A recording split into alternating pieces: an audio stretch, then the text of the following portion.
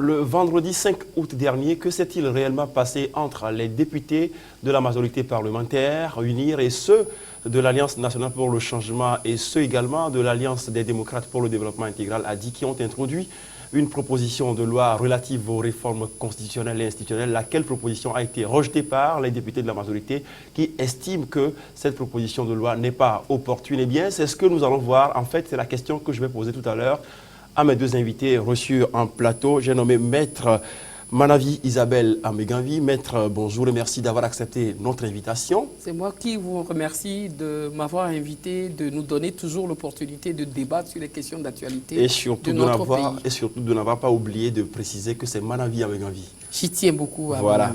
Vous êtes donc la deuxième vice-présidente de l'ANC, l'Alliance nationale pour le changement. Vous êtes également la présidente du groupe parlementaire de l'ANC au Parlement. Tout à fait. Le parti, comment se porte-t-il aujourd'hui? Le parti se porte très bien sur le landerneau togolais. Difficile de faire la politique dans l'opposition au Togo, mais nous y sommes et la lutte continue. Et en face de vous, nous avons Sedem Kouadjo Dobou, vice-président du groupe parlementaire UNIR, le parti au pouvoir.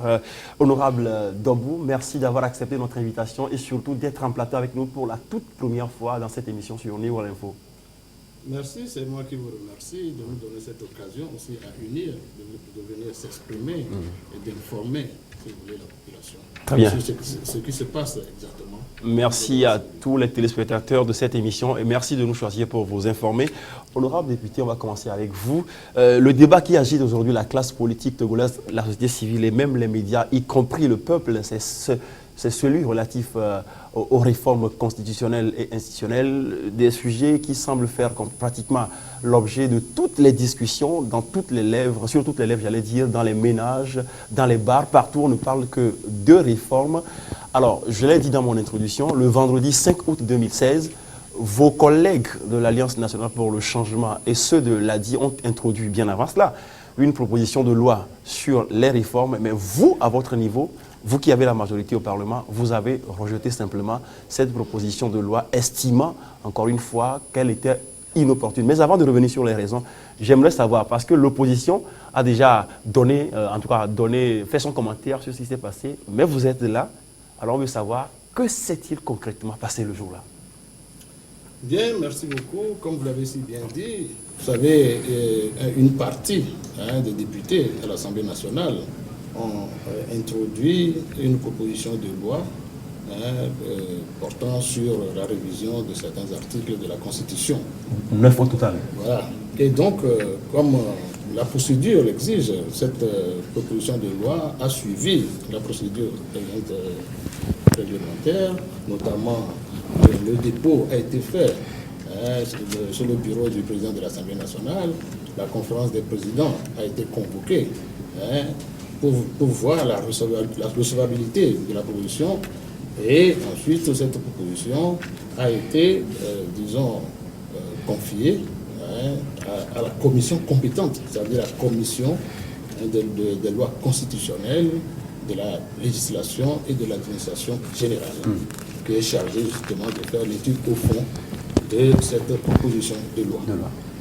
Et donc, le vendredi 5 août, donc, le président de la commission des lois a donc convoqué la commission pour démarrer l'étude.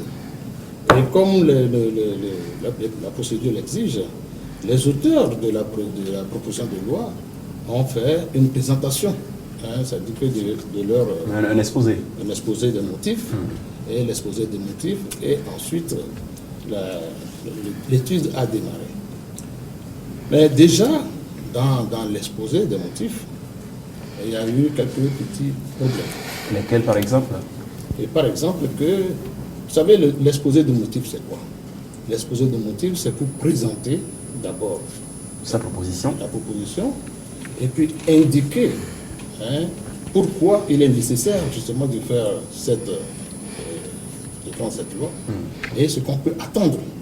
C'est-à-dire que le résultat attendu, ce qu'on peut attendre de cette loi-là. Alors de cette présentation, qu'est-ce que vous avez retenu?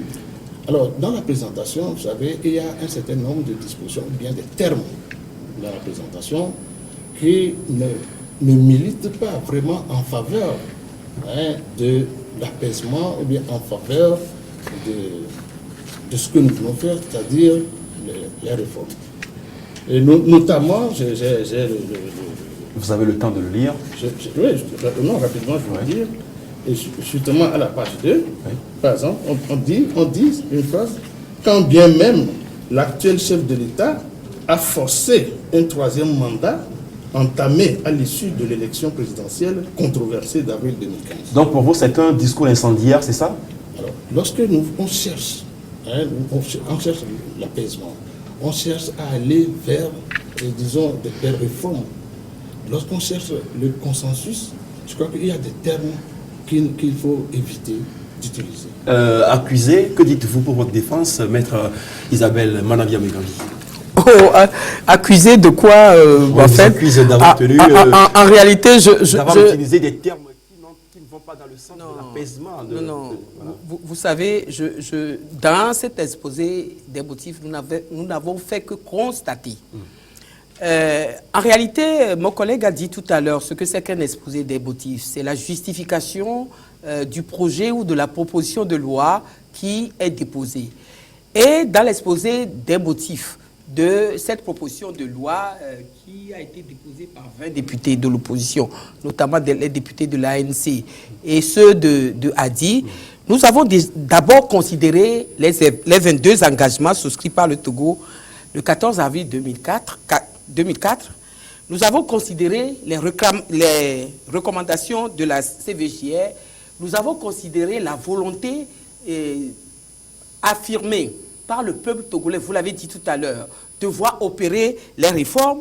Nous avons considéré la nécessité de la restauration de la confiance et de l'apaisement dans notre pays.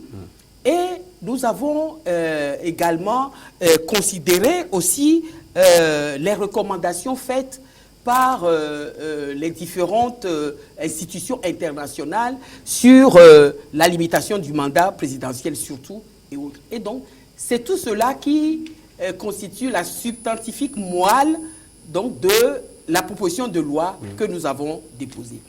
Et dans cette proposition de loi, parce qu'il vous souvient que nous avions eu déjà, à la suite du projet de loi déposé par le gouvernement en 2014, oui, c'était le 30 juin 2014. Voilà, qui a été rejeté par la majorité à l'Assemblée nationale, nous avions déjà, au niveau de l'opposition, beaucoup plus élargi, c'est-à-dire qu'à ce moment-là, il y avait les députés de l'ANC, les députés de ADI, les députés de Arc-en-Ciel, qui avaient déposé une première proposition de loi portant révision constitutionnelle. Alors, maître, donc, je ne vous mets pas... C'est la deuxième, excusez-moi, c'est la deuxième proposition que nous avions déposée.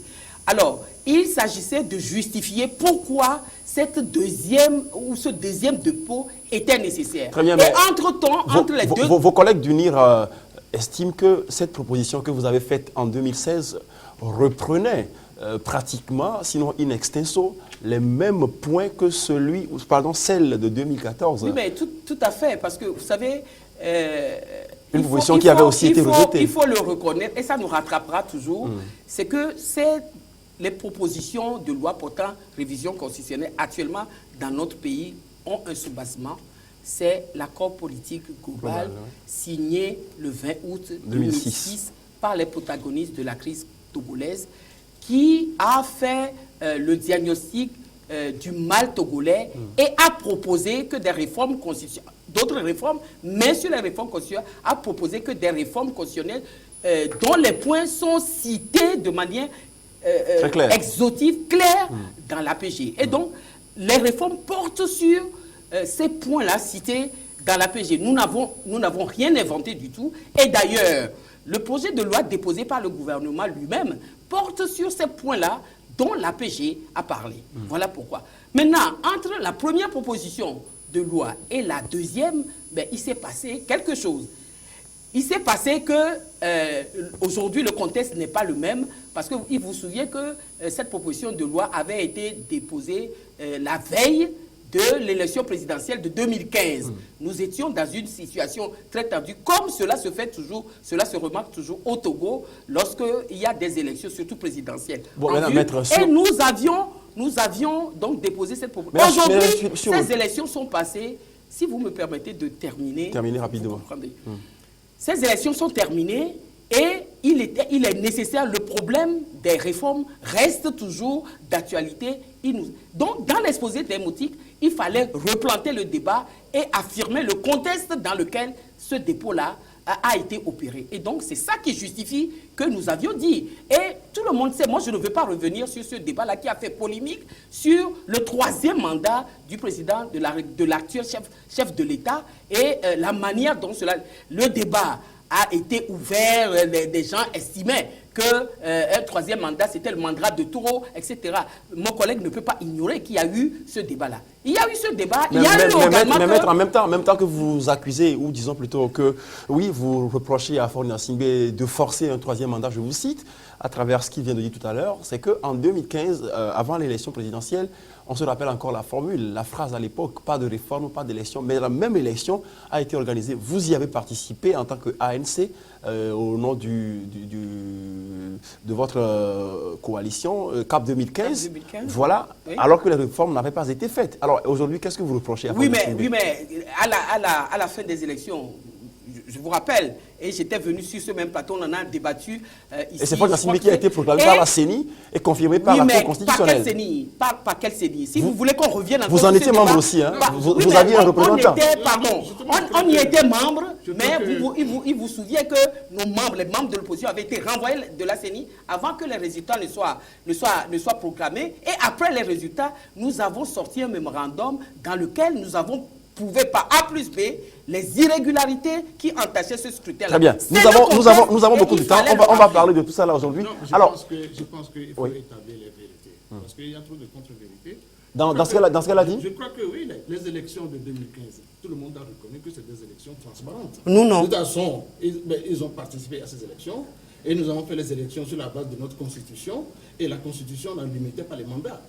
Alors, dire qu'on a forcé un 3e mandat, c'est quand même aller un peu fort. C'est-à-dire qu'il n'y a pas... C'est comme s'il y avait 2 mandats à faire et que on a forcé pour avoir un 3e mandat. Or, ce n'est pas le cas. Alors, dans un exposé de motifs, et elle a parlé tout à l'heure d'apaisement. Dans la recherche de l'apaisement, je ne pense pas qu'on puisse mettre des choses comme ça dans un exposé de motifs qui est adressé, si vous voulez, à l'étude de Alors, M. Debout, est-ce que cela suffit, hein, ce que vous dites là, suffit à justifier votre refus Je n'ai pas dit que c'est ça. Je n'ai pas dit que c'est ça. D'accord. J'étais en train, je n'ai pas dit que c'est ça qu'il y a. D'accord. Bon.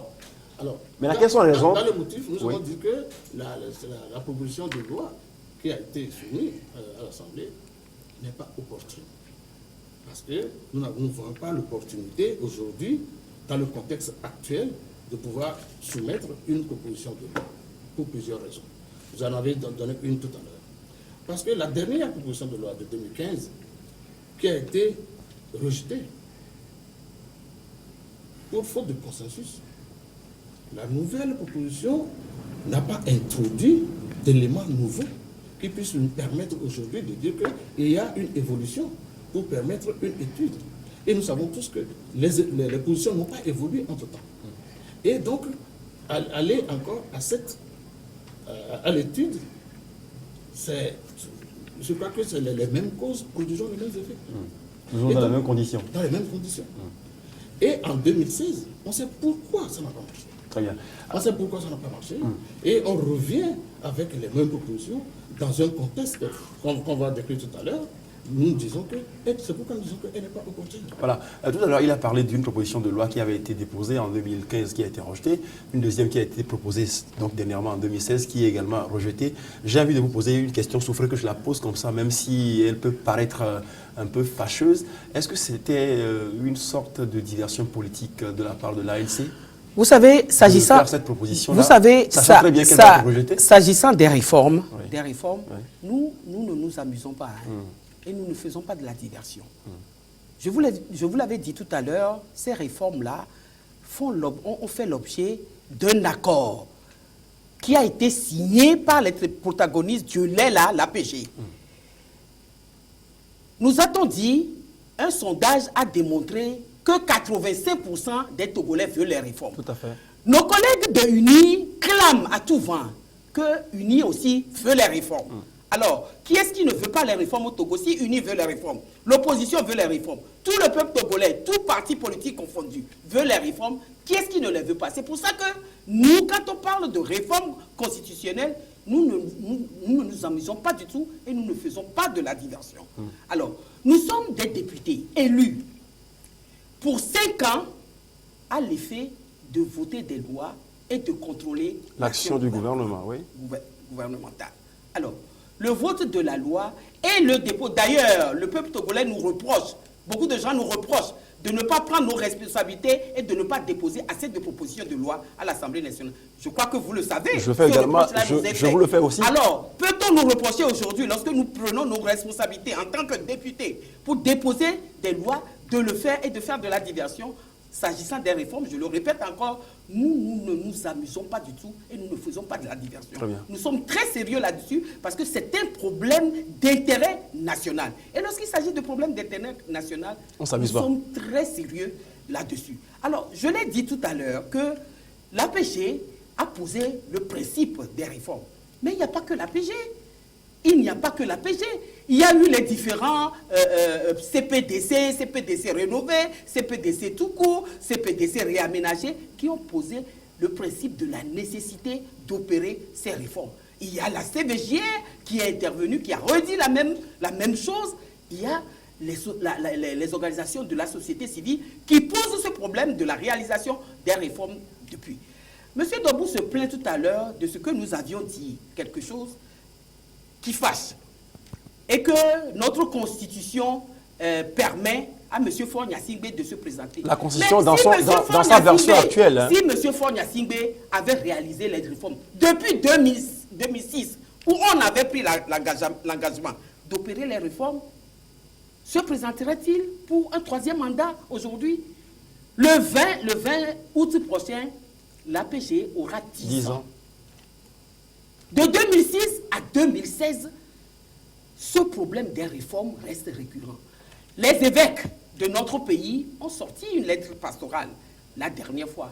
Et nous voulons que lorsque les évêques de notre pays qui ont en charge notre conscience par rapport à la religion et autres, trouvent aussi nécessaire de poser ce problème de la réalisation des réformes. Alors, monsieur Dabou, Maître Amégan, nous, députés, qui avons le mandat souverain du peuple. Merci beaucoup. Là, Maître Amégan semble pointer du doigt, à la lumière de ce qu'elle vient de dire, elle semble pointer du doigt la mauvaise foi de votre parti, à commencer par le premier responsable de votre parti, qui, il faut le rappeler, en 2013 déjà, disait que le Parlement était le cadre idéal pour opérer, en tout cas pour débattre des questions de réforme. Alors aujourd'hui, j'ai envie de vous demander par quelle étrange alchimie le Parlement ne serait plus aujourd'hui l'endroit, le cadre idéal pour débattre des questions de réforme et qu'il faille en parler au HCRUN ou dans une autre commission autre que le Parlement. Non, je voudrais d'abord rappeler à ma collègue que, s'agissant des réformes, UNI également s'inscrit dans cette logique de réforme depuis longtemps. La preuve, c'est qu'il a parlé tout à l'heure du chef de l'État. Le chef de l'État a pris... Oui, M. Debout, entre le discours et l'acte, parfois le cas peut être abyssal. Laissez-moi terminer. Beaucoup d'initiatives. Il y a eu des concertations, il y a eu des dialogues. Le dialogue de Togo Télécom, c'est sur l'initiative de qui? C'est le chef de l'État qui a accepté que ce dialogue se tienne. Parce que tout le monde veut faire des réformes. Mais le problème, c'est que le dialogue, c'est l'ensemble des partis politiques qui ont pris part à ce dialogue-là. Mais le dialogue n'est pas allé jusqu'au bout, parce que nos amis ont claqué la porte, ils sont partis. Et ils n'ont même pas signé le rapport de ce dialogue-là. Et vraiment que les travaux ont achoppé déjà à ce niveau. Et c'est la raison pour laquelle on dit, bon, on envoie, disons, les conclusions du résultat de ce dialogue-là à l'Assemblée nationale. Lorsque le chef de l'État avait demandé que la réforme, c'est l'Assemblée qui vote les lois, et qu'on envoie à l'Assemblée pour les réformes, je crois que c'est nos amis eux-mêmes qui n'avaient pas accepté et qui ont demandé que ça se passe d'abord, qu'il y ait d'abord un dialogue. Et c'est ce qui s'est passé. Et maintenant, on ne peut pas taxer aujourd'hui, unir de mauvaise foi. Nous voulons faire tous les réformes, mais il y a la manière de le faire. Parce qu'ils ne sont pas, disons que nos amis, ils ne sont pas les seuls à vouloir faire la preuve, c'est qu'en 2016, lorsqu'ils ont fait la proposition de loi, ils ne sont pas les seuls à faire cette proposition de loi.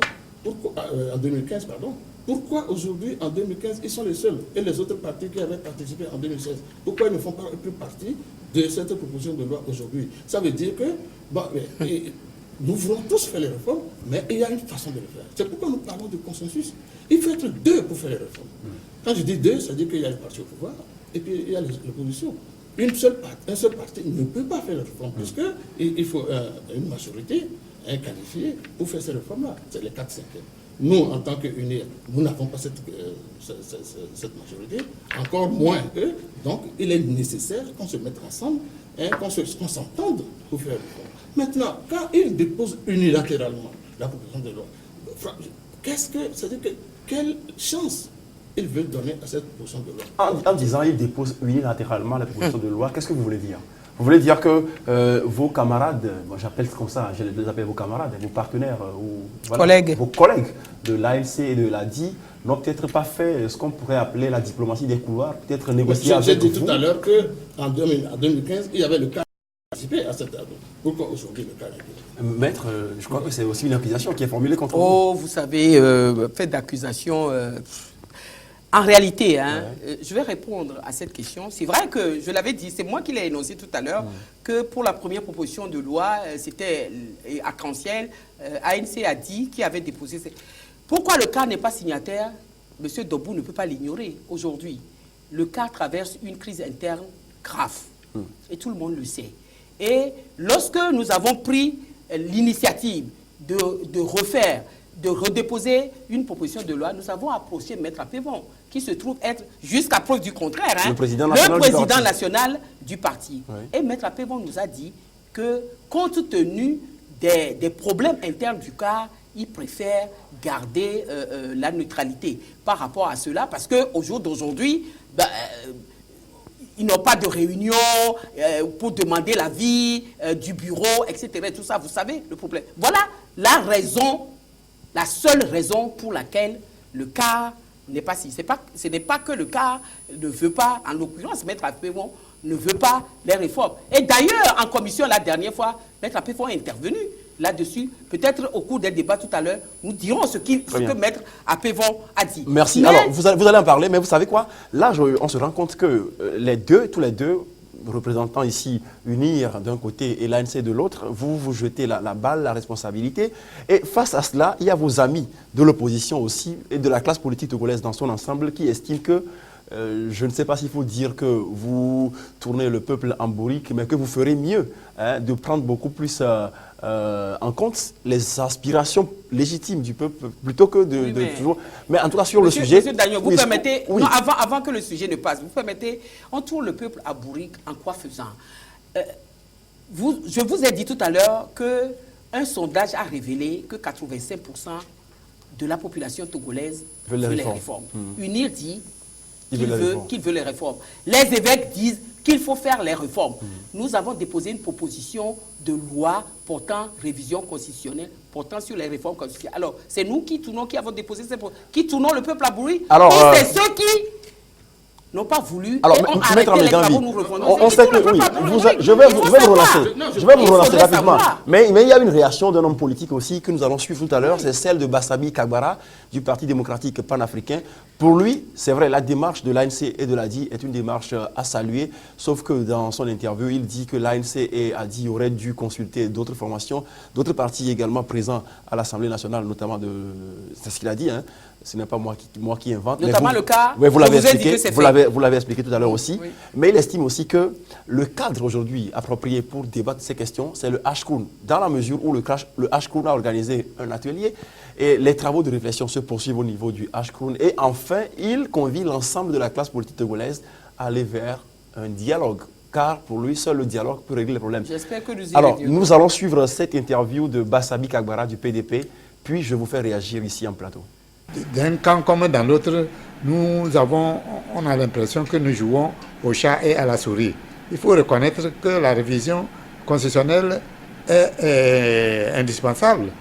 À partir de ce moment, les 2 tours de mandat étant nécessaires pour mieux nous entendre et il n'y a qu'à dialoguer Et ces dialogues, au niveau des HCRUM, nous avons essayé de mettre tout le monde ensemble d'accord. Et l'ambiance a été très cordiale à ce niveau-là, au niveau des HCRUM. Je regrette que certains n'aient pas pu participer au HCRUM comme cela nous aurait permis de faciliter le travail. Maintenant que nous sommes d'accord sur le minimum qui rejoint ce qui a été arrêté au HCRUM, il appartient aux uns d'adhérer et aux autres d'être souples pour qu'on puisse s'entendre sur un minimum. Si tout le monde travaille pour le peuple, pour l'intérêt du peuple, comme nous aimons le dire, mais qu'est-ce qui nous empêche de nous entendre pour faire l'unité autour des besoins du peuple? Une dernière question de M. Bassabi Kagbara, président du PDP. Si tant est que vous luttez pour le peuple, qu'est-ce qui vous empêche de vous entendre au nom de l'intérêt du peuple? C'est la dernière question qui s'est posée, M. Bassabi Kagbara. Je vous la pose, M. Debout. Oui, vous avez bien posé la question. C'est pourquoi nous disons que nous devons tous faire les réformes. Mais il y a quand même lieu qu'on puisse s'entendre. C'est pourquoi nous avons parlé de consensus, ou bien de concertation, ou bien de compromis. Le problème, c'est qu'en 2015, il y a eu des points de divergence qui n'ont pas permis à cette proposition d'aller jusqu'au bout. Mais aujourd'hui, on nous soumet une autre proposition de loi, alors qu'on ne s'est pas assuré de savoir si ces points de divergence-là ont été aplanis.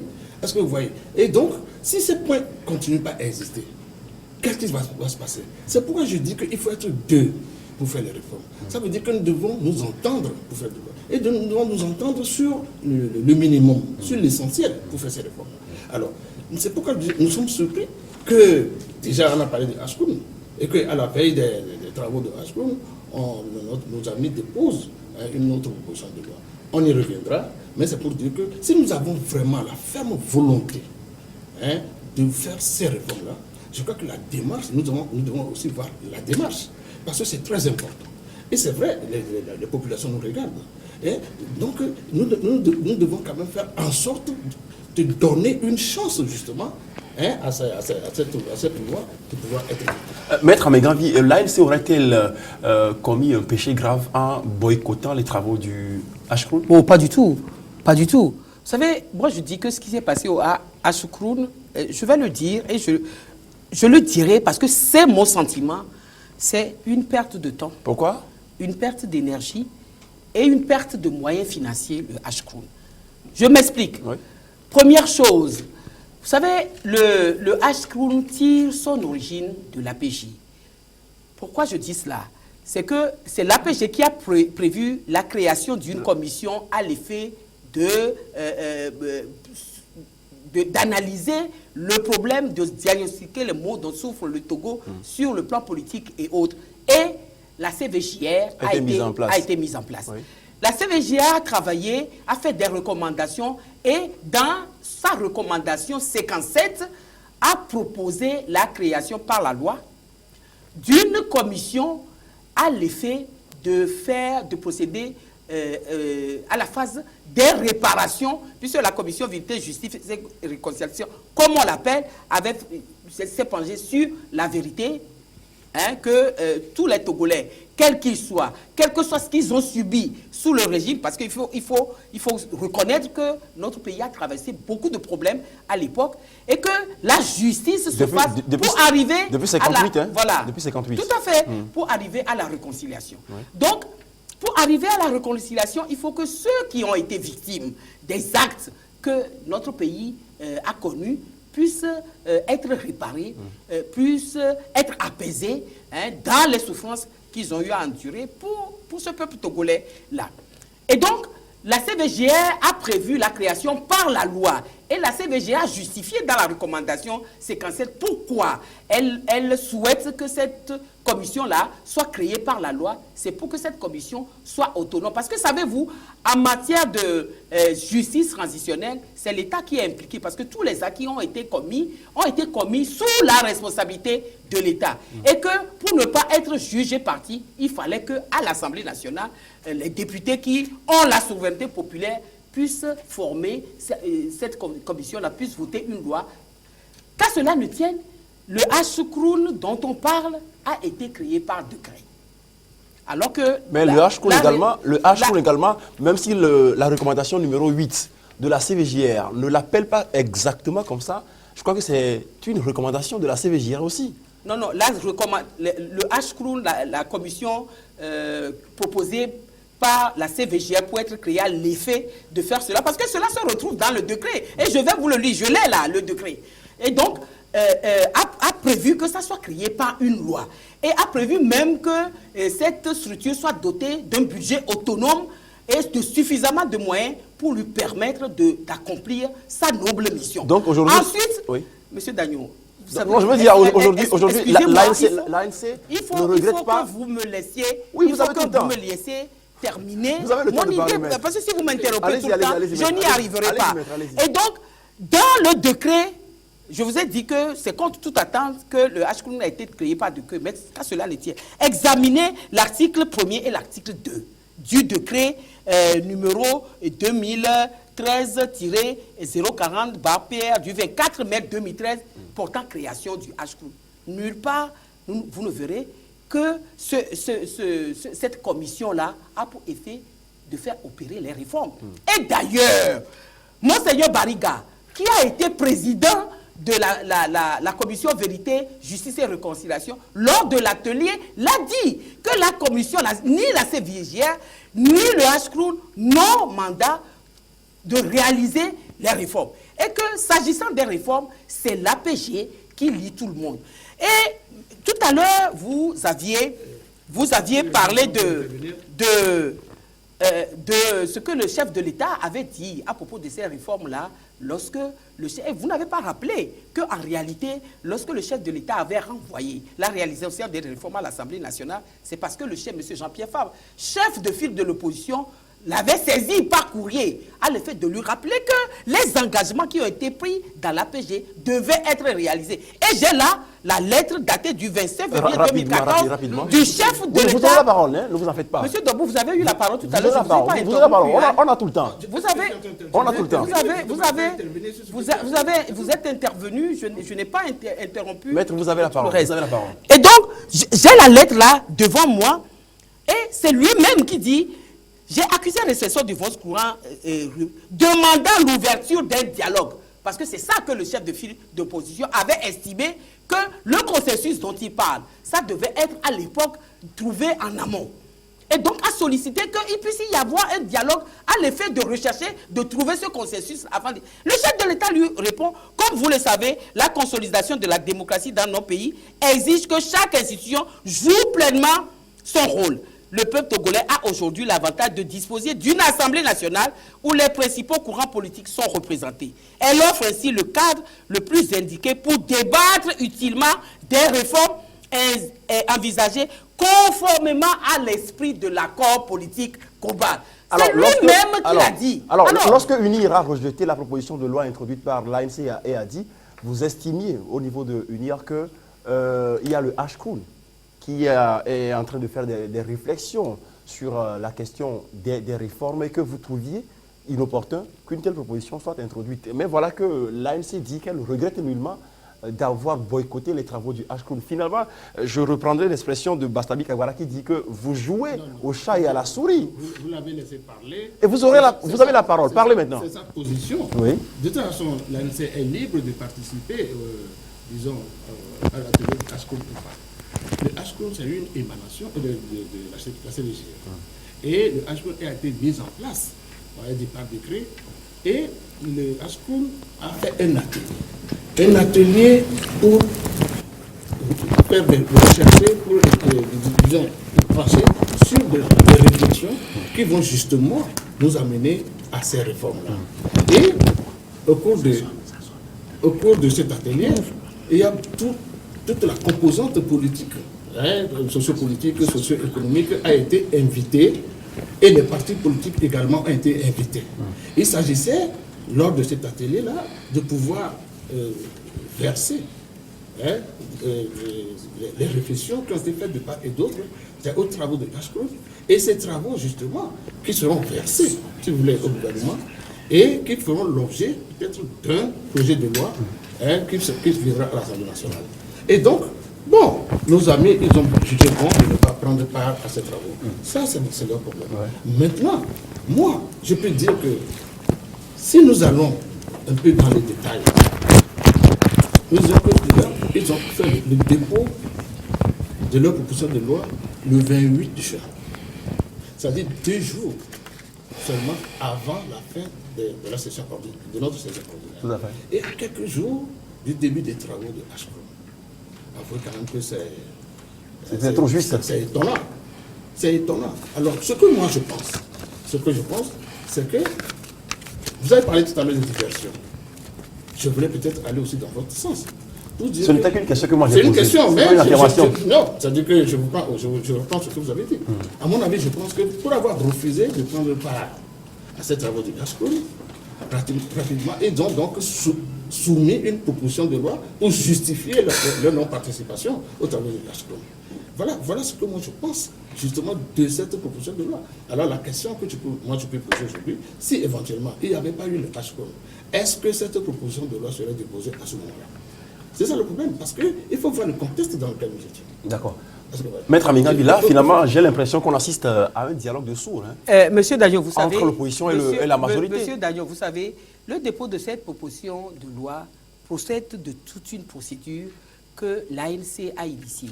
Je rappelle que après l'élection présidentielle de 2015, le chef de file de l'opposition, lorsque finalement on a cru devoir prendre le décret d'application de la loi sur le statut de l'opposition, lorsque ça a été fait, a envoyé un courrier au chef de l'État. D'abord, pour lui rappeler encore que la réalisation des réformes était nécessaire. Ce courrier est resté sans réponse au jour d'aujourd'hui.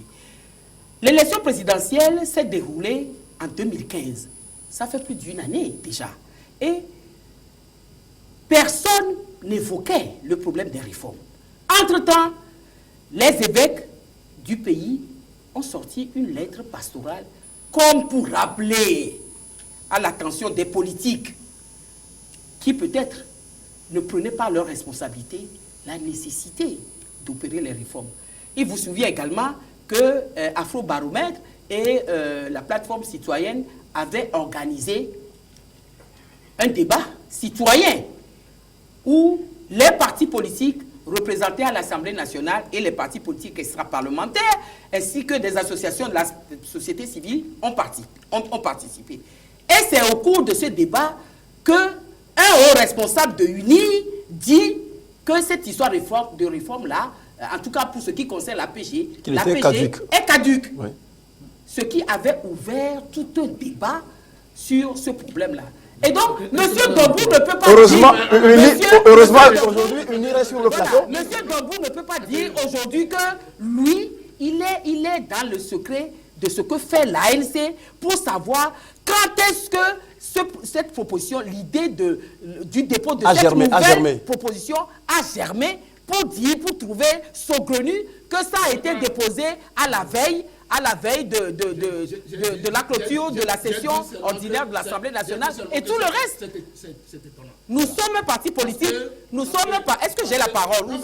Vous me l'avez retiré. Je crois que c'est moi qui ai la parole, n'est-ce pas? Moi, je dis simplement que c'est étonnant.